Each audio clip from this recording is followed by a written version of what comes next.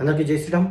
మన దేశంలో ఎక్కడ చూసినా లవ్ జిహాదీలు, ఎక్కడ చేసినా మత మార్పిడిలు, అమాయక హిందువులపై దారుణాతి దారుణమైన సంఘటనలు జరుగుతున్నా హిందువులు మాత్రం మత పిచ్చిగాళ్ళు అని చెప్పి మాట్లాడుతున్న సన్నాసులు.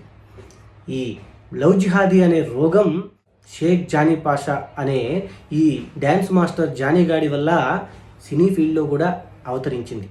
ఈ జానీ మాస్టర్ అనేటోడి దగ్గర కొరియోగ్రాఫర్గా పనిచేస్తున్న ఒక మహిళను నా కోరిక తీర్చకపోతే నీకు అవకాశాలు రాకుండా చేస్తానని చెప్పి నీ మతం ఏంటి అని అడుగుతూ నువ్వు మతం మారాలని చెబుతూ నిన్ను పెళ్లి చేసుకుంటా అని చెప్తూ తన భార్యతో రాయబారాలు నడిపిన ఈ జానీ మాస్టర్ గారిని ఏమనాలో మీరే అనండి.